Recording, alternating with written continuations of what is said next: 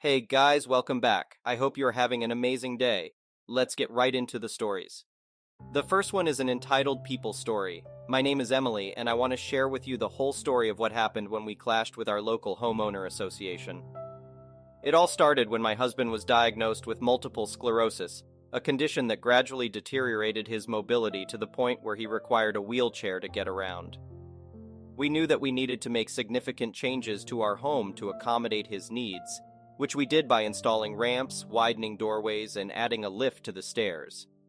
However, we ran into a problem when it came to storing his wheelchair. Our garage was cluttered, and there was no room inside the house, so we decided to store it in the garage with the door open to let the air circulate. Little did we know that this decision would lead to a months-long battle with our homeowner association. It all started when we received a notice from the homeowner association demanding that we remove the wheelchair from our garage. The notice cited a rule that stated that garages could only be used for parking vehicles and storage, not for personal items. We were surprised by this demand, and we tried to explain our situation to the homeowner association. We told them about my husband's condition and how we needed to store the wheelchair in the garage. However, the homeowner association was unyielding. They told us that the rule was clear and that we needed to comply. They started fining us every day for violating their rules, and the fines quickly piled up. We felt like we were being bullied, and we knew we had to fight back. We hired a lawyer, and we decided to sue the homeowner association for discrimination against disabled people. Our lawyer helped us file a complaint with the Department of Housing and Urban Development, which investigates claims of discrimination in housing. We also filed a lawsuit in state court, alleging that the Homeowner Association had violated the Americans with Disabilities Act, ADA. The legal battle was long and difficult. The Homeowner Association had a team of lawyers and experts who defended their position vigorously. They argued that the rule was necessary to maintain the aesthetic of the neighborhood and that it was not discriminatory. They also argued that we had not exhausted all the administrative remedies available to us before filing a lawsuit.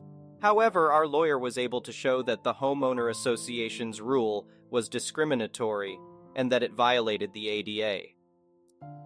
We presented evidence showing that the rule disproportionately affected disabled people like my husband, who needed to store medical equipment in their garages.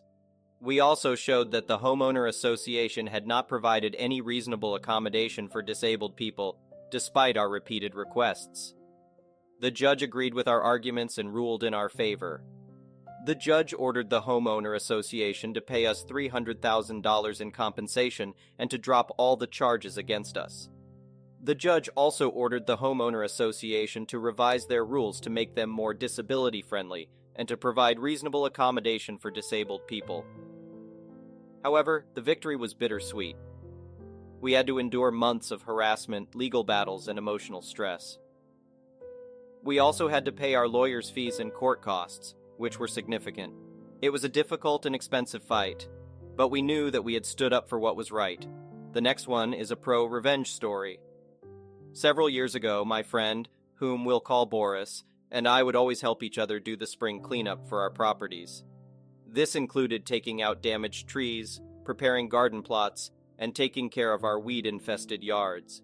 I was going to be first on the cleanup detail, so I prepared tools and implements the Friday before the big cleanup was to happen. I sharpened tools and chainsaw chains, the lawnmower blade, and got everything in order. Among those tasks was mixing 2-cycle oil. I finished up kind of late and generally put things away for the next day. The next morning, Boris showed up with coffee and biscuits around 8 a.m.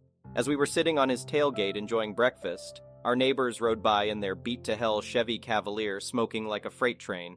We will call them Rocky and Bullwinkle. Boris and I made the usual jokes about the amount of smoke pouring from the exhaust. Damn, bet they go to the gas station and fill up with oil and check the gas. We soon finished breakfast and thought no more about it. As we began to get the tools laid out and hash out a plan of attack, I could not find my gas cans. No mixed gas, regular gas, or a gas can in general. That's when it dawned on us why the car Rocky and Bullwinkle were driving was smoking so bad. I'm pissed, to say the least. Well, all Boris and I could do was go shopping for gas cans, gas, and more 2-cycle oil.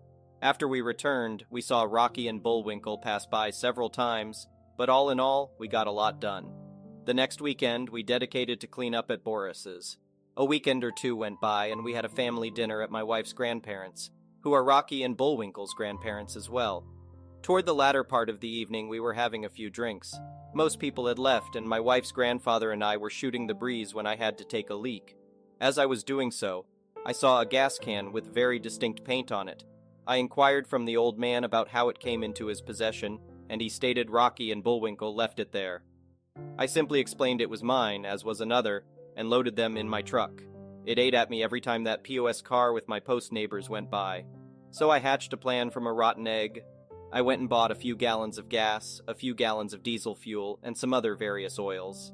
I made a concoction of these different chemicals, and filled my new 6-gallon gas can I had to purchase.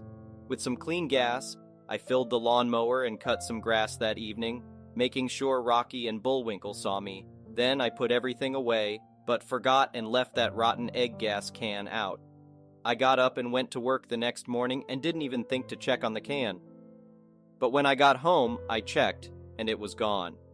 My wife informed me that my plan must have worked as she watched Rocky and Bullwinkle go in and out with the car, not only smoking but spitting and sputtering as well. The last time they rode out, they didn't ride back in. They gave me about an hour of peace before they came over and wanted to know if I could look at the car and see what was wrong. If it could not be fixed on the side of the road, maybe tow it home. My response? I've had a long day and have a migraine. Maybe tomorrow. I saw the panic set in when I told them that. That's when they told me they had no insurance and it was on a main road. Tough luck, so the highway patrol did run across it and had it towed. It was going to cost them around $500 to get it out of impound, plus they had to have current registration and insurance. The car wasn't worth it. Well, they're those types of people that good luck just falls on, and the pastor for a local church gave them an old Ford Taurus. It took me a few cans of rotten egg gas, but I got the motor to lock up after about a month. This time it quit in their grandparents' yard. So they scrapped it, and as luck would have it, they got their income tax returns. They bought a nice-looking Ford F-150, but it began having problems too. It smoked really bad. They did take it to a mechanic that eventually found the problem. He got the truck running right again for about $1,500, and I have never had any more gas come up missing. The next one is a petty revenge story. As Christmas time approached, I still felt bitter towards my nephew. My mom had lived with me for a few years while she was getting back on her feet. She didn't have much money, but she always helped out her kids if they needed it, even if she really shouldn't have. One of my nephews, who was around 10 years old at the time, asked to borrow my Nintendo Switch so he could play Fortnite. I said yes because I never played it. After a while, he asked my mom, his grandma, for $10 for the Battle Pass. She said yes and stupidly put her credit card information in his account for it. At some point in the future, another $10 or so was charged to it. On accident, according to the nephew. Oh well, it wasn't a big deal, so she let it go. Maybe it's due to my lack of experience, but I find the whole account thing between Nintendo Switch, Epic Games, and Fortnite to be confusing. I tried over and over to delete her card info out of the accounts, but he would always manage to get it back somehow. I don't think he could have written her info down. My brother had to drive 45 minutes to bring me the Switch to delete the info. Over the next year or two, he charged something like $300 to the credit card outside of the times she gave him permission. Somehow it was always a mistake, and he would immediately text and apologize. Eventually, he asked us not to tell his parents. My mom wouldn't do anything about it other than tell him to stop. I tried to stay out of it because it was between them. However, I got fed up after a certain point. I texted my brother to bring me back my Switch, and I was keeping it. I told him about all of the charges. My brother has always used my mom for money, including stealing from her. So he acted concerned, but in reality, he couldn't or wouldn't pay her back. He brought the Switch back to me. My nephew kept asking to have it back and was apologizing, but the answer was no. That wasn't enough for me. My mom wasn't going to force them to pay back the money, but I couldn't keep myself out of it any longer. I decided that my nephew wouldn't be getting the $50 gifts he normally gets for Christmas and birthdays. He could pay back his debt over the next 6 years, and I'd make sure my mom got the money back since we have some linked bank accounts. It's been 2 years now without any gifts from me. He may not even notice, but I do, and I feel good about it. She still buys him gifts, of course, but she's being repaid one way or another. The next one is an entitled People Story. In the year 2020, during the COVID lockdown, I was working at Tim Hortons almost every day. I worked in a small town, so most of the employees were older and chose to stay home due to the risks. That meant us younger staff picked up most of the shifts. No biggie, bigger paycheck. However, I ended up getting a temporary promotion to management with little to no training. I learned by trial and error, and when masks became mandatory, there was a bit of pushback. However, people needed their caffeine to feel semi-alive. During COVID, we experienced people spitting at us, throwing their garbage or whatever they could grab, upset because only 3 people were allowed to be on shift to allow social distancing, and they had to wait 15 minutes to get their drinks. It got to the point that the local RCMP would sit and give people tickets for being rude. Now, every day at 1:30, Ken would make his appearance. He'd waltz in, not wearing a mask, and every time he would be sent back out to get it to put it on. He'd usually just drive off and not order. However, Ken and his companion Karen came up with the idea of waiting for the officers to go on their lunch break, and then come into the store. Ken came waltzing in, no mask, and at the time, it was myself and a young girl who was in high school on the floor as it wasn't a busy day, and our co-worker, when I took his temperature at the door, had a fever and wasn't able to work. She told him that he needed his mask before we'd take his order. He said that it was fine, and he'd only take a few seconds. She refused and offered drive-through as he didn't have to wear one if he did that. Cue the meltdown. He started screaming that we were discriminating against him, that he had rights. At this point, I stepped in and sent the girl to drive-through, and I responded with, "Yes, you have the right now to wear a mask. However, we have the right to work in a safe environment. And if Alberta Health happened to come in and see I'm serving you with no mask, I would lose my job. If you choose not to wear a mask, that is in your right. But I'm going to have to ask you to use the drive-through." Well, cue the even larger meltdown. He proceeded to tell me I might as well be in Germany forcing Jewish people into train cars and sending them to death camps. At this point, I had been at work since 5 a.m. and frankly, I was done. I immediately began to speak the few phrases of German I know. The guy's mouth was opening and closing, but no sound was coming out. Finally, he was able to spit out a Nazi scenet.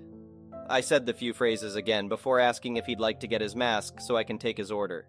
He demanded to speak to my manager, so I did a 360 and spread my arms out and happily said, "Hi, I'm OP, I'm the new manager. How can I help you today? Oh, I'm so sorry. Unfortunately, I can't take your order or deal with your complaint until you are wearing a mask. If you don't have one, I'd be happy to provide you with one." The guy absolutely lost it. I watched a 40-some-year-old man stomp his foot.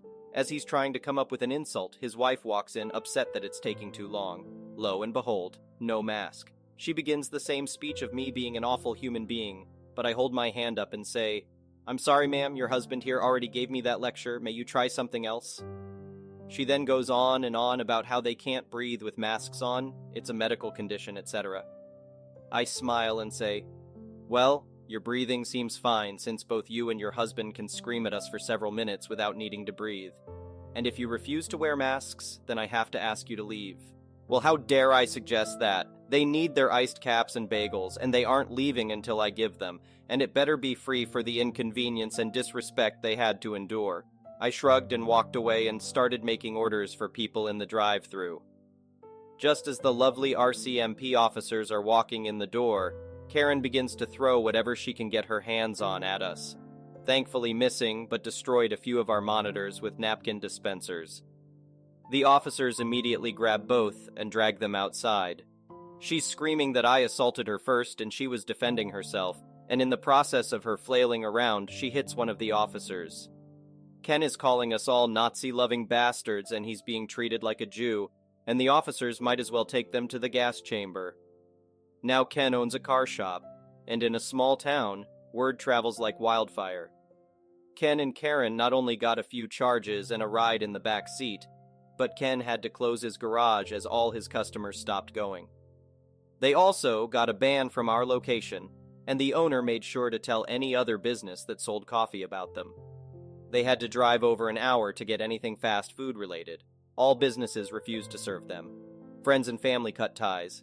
They ended up moving. I bumped into them a few months ago and I couldn't help but ask, wouldn't it have been easier to just wear the mask? The next one is an entitled parent story. Wow, I can't believe I forgot about this account for nearly a year, but I was watching Reddit videos online and randomly saw my original post, and I realized I had totally forgotten to make an update, so I've come back to give one. There will be police and some mild brawling towards the end. I don't know if that qualifies as a trigger warning, but I just figured I'd mention it. As some know, I previously posted about my parents refusing to give back my Nintendo Switch when one of my siblings stole it, and many commenters had a lot to say about the things my parents were doing. They suggested that I call the police or CPS if my parents ever dumped my youngest siblings off at my door without asking again. Well, I waited and waited, but there was no contact between us for around 3 months since the last time my mom called, and I refused to watch my siblings without being paid. Then it finally hit. My parents called me all of a sudden, wanting me to babysit, and they acted like the prior incident with the Switch never happened. I told them I was not going to babysit unless they paid me, and it had to be a day that I had off work. My schedule had also shifted, so I no longer had Saturdays off. I had actually asked my boss for that since Saturdays were the days they asked me to babysit the most. Plus, picking up an extra shift was better for me financially. My dad got furious as usual and said that I needed to man up and help out, so I pointed out that he needed to stop acting like he had control over me. And technically I was manning up for myself in my own life, like he always claimed he did at my age. Yet he always worked Saturdays and put a ton of his responsibilities on me, so he could duck off as far as I was concerned. He started yelling violently into the phone and my mom took it away from him. I said I could only babysit on Sundays because that's my only day off, and I would only do it if they paid me $30 and included pre-packed lunches, dinners, and snacks for my siblings, because I wasn't going to waste my money providing food for them. That's not my job. And if they took anything from me, like when my Switch was stolen last time, I would get the police involved to get it back. I saved the receipt when I bought it and documented the serial numbers so I'd have no problem proving to the police it's mine. My mom's bitch mode kicked in and she started swearing like a sailor that just broke a tooth at me. I let her have her rant while pretty much ignoring the phone until she realized I wasn't responding and started demanding I say something. So I said that she and Dad have my conditions. Sundays only, $30 and prepackaged food, or they could duck off. There was a moment of silence on the line, and then my mom went off on me again and said that my younger siblings, who are 14 and 15, had to step up to help because I wasn't helping anymore, and they needed a break. I laughed and said, "Oh, like how you guys gave me breaks, like never." My mom tried to say that was different, and it was because I was the oldest child. I said that it wasn't different. They parentified me, and I lost out on much of my childhood because of it. And now I'm living my own life without them. And they are hypocrites to act like I should step up again when I'm no longer living there. And they have 2 teenagers in the house that can do everything I used to do. My mom shifted into victim mode and started saying that my teenage siblings were rebelling and not listening to them. I said their bitching and moaning wasn't my problem. They needed to figure out alternative childcare. I'm too busy with having a life. My dad got back on the phone and started yelling at me some more. I just laughed at him and said he was just blowing hot air, and that he was talking, but not really saying anything. My mom took the phone back and pleaded with me one more time. I reiterated Sundays only with prepackaged food and $30, and I won't hesitate at all to call the police if any threats are made or any of my stuff gets stolen. I heard my parents start loudly yelling back and forth at each other over what to do, so I said they can just work it out and get back to me later. Then I hung up. It was right back to radio silence for a while. Then one Saturday morning a few weeks later, I was getting ready for work when there was a sudden loud and fast knock at my door. The kind where you know they're doing it with both hands. My mom's done that for years as her knocking trademark to let me know she was there. And she knows I know the sound of it very well. And the knocking was followed by what sounded like someone loudly running down the corridor. I listened through the door and could hear my 2 youngest siblings bickering with each other and tapping on the door themselves. My mother just left them outside the door and ran. But because of all the warnings I got in my last post, I had a simple plan for this. I just opened my window, climbed out, and simply walked away. My apartment is on the ground level all the way at the end of the building, and I can climb out the window I have there easily by just pulling the screen out. I called one of my neighbors that lives a few doors down. She's a sweet old lady that likes kids, and I gave her the rundown. She's known about my situation with my narcissist parents for a while now, and called the police for me to tell them that there were 2 kids left abandoned in the hall after the mother pounded on a door and took off. Suffice to say, the police came and picked up my siblings. My parents called me later and were furious. I pretended to be clueless and asked what they were so mad about. My mom fully admitted she left my 2 youngest siblings at my door for me to babysit and ran. I asked if she'd just left them there without anyone answering the door, because I was already out since I had to work Saturdays. My mom just got really quiet for a few seconds, then yelled, "How the hell was I supposed to know that?" I countered that this was all her fault, and she literally abandoned her kids at my door on the hopes that maybe I was home, on a day I'd already told her several times I worked. Like she was trying to force me to skip a shift by trying to give me no choice but to watch them. She started making excuses, but I told her what she did was inexcusable and immature. She ended up crying, and I just let that go on for a while before asking if she was done yet. She went back into idiot mode and yelled at me that the police were charging her with child abandonment. I said that wasn't really my fault since she left the kids in the hall, then said I would have called the police on her as well if I was home, and she refused to come back for the kids, because I told them before that I work Saturdays now, so I refused to be trapped into babysitting anymore.